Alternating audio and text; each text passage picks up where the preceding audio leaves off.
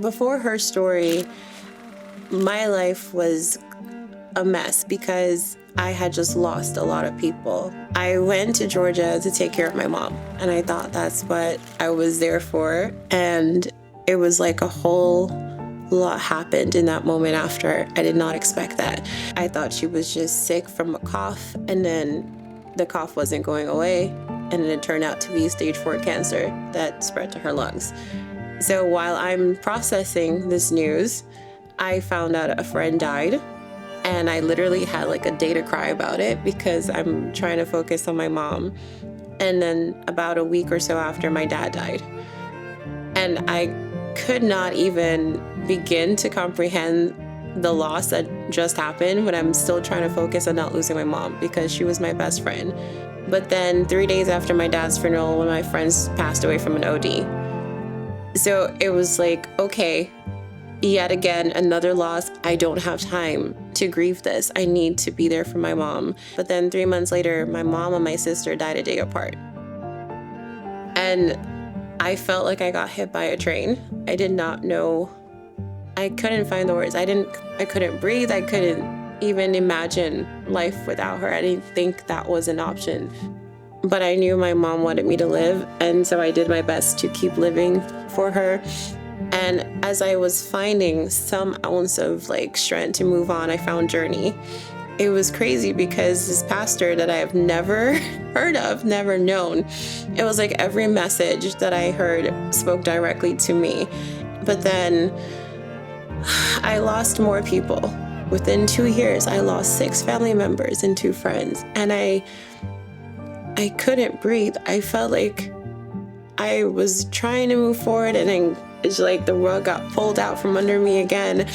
I just could not move forward. I wanted out of life. I was tired of the pain. And I told God, I'm tired. I don't want to fight anymore. I give up. Like, I don't want to be here. And I remember sitting, literally begging God, just take me home.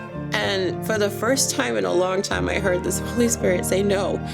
And that shocked me because I was like, no, like, you see him hurting. And he was like, no, you were created on purpose for a purpose.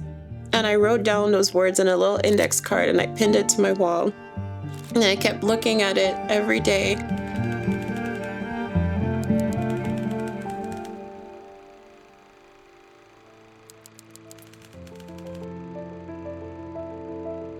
And I remember the day of her story, I was walking over to the church and I was like, God, if I don't encounter you today, I'm done.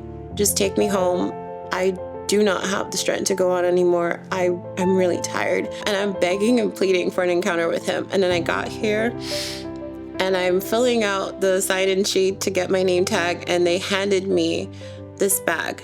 And this tote bag on it said, made on purpose for a purpose.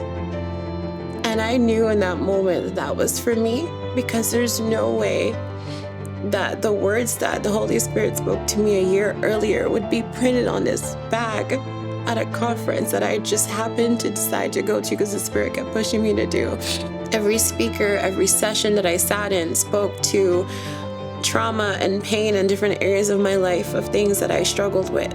The years of sexual abuse from my brothers and my family, the abuse from my dad, the pain, all of the things that I went through, every session spoke to those things. So it was more for me of like healing a lot of pain that I was carrying, like not just my grief, but the fact that God actually used this conference to pull out other things that I didn't know I was still carrying.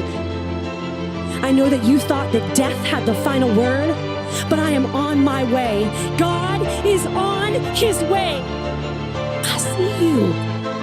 In all your brokenness and your shame, I see you. And I love you the same. I wouldn't be here. My life changed completely. I left HerStory like revived. I joined Next Steps. I joined the online and production teams. I joined admin. I've been doing so much within Journey ever since. And I left feeling free and restored and renewed and just alive for the first time in a very long time. God made me on purpose for a purpose.